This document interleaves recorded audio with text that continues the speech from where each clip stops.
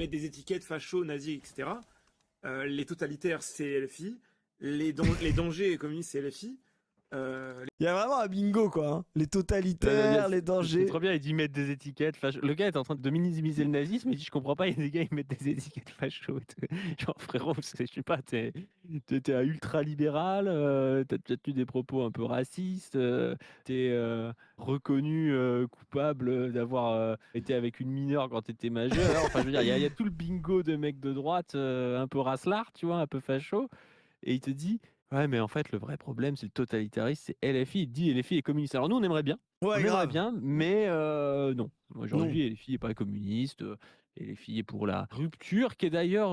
bon, on va voir s'ils font évoluer le programme, mais pour l'instant, en tout cas sur le plan économique, il n'y a pas de grande rupture économique. Tu vois, il y a une Non, augmentation du SMIC, il y a une volonté de planifier, notamment sur le plan écologique, volonté de faire un pôle public du médicament. Il y a plein de choses qui vont dans le bon sens, mais c'est pas franchement communiste. Tu vois. Bah, Il y a ils pas, sont- c'est pas le programme de 81 avec on nationalise plein de banques, un tiers de l'économie, blabla. Hein. Il y a une forme de rejet, alors ce qui est sûr, du néolibéralisme, voilà.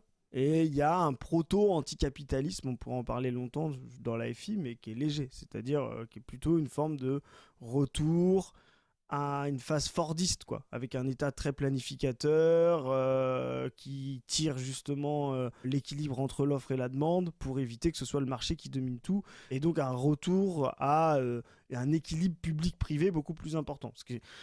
Parce que quand tu vois l'offre politique et l'état du monde aujourd'hui, c'est pour ça que nous on les soutient. C'est par rapport à leur possibilité concrète d'arriver au pouvoir et ce qu'ils tentent de faire, ben c'est le bon équilibre, quoi. On a effectivement des partis, bah je crois pas d'ailleurs parce que les autres programmes des partis on les connaît pas, même des partis d'extrême gauche qui sont assez ridicules, quoi. Mais en tout cas dans les termes, des gens sont beaucoup plus à gauche que la FI, notamment les partis d'extrême gauche, mais n'ont pas vraiment de programme sérieux, n'ont pas fait une actualisation concrète des rapports post-crise du néolibéralisme, n'ont pas de plan, voilà. Donc vraiment, ça sert à rien. Et puis en plus, ils sont marginaux, quoi. Donc le soutien à la France insoumise, tout en construisant une forme d'organisation communiste à côté, ce que nous on essaye de faire, c'est le maximum de pragmatisme. Et à un moment donné, il faut aussi, tu vois, on parlait du campisme tout à l'heure, à un moment donné, il faut aussi être pragmatique, quoi. Et cette pragmatisme, c'est pas se soumettre au réel, c'est dire que bah, tout n'est pas toujours possible. Nous, ce qu'il faut, c'est toujours se soumettre au mieux des possibles. Voilà.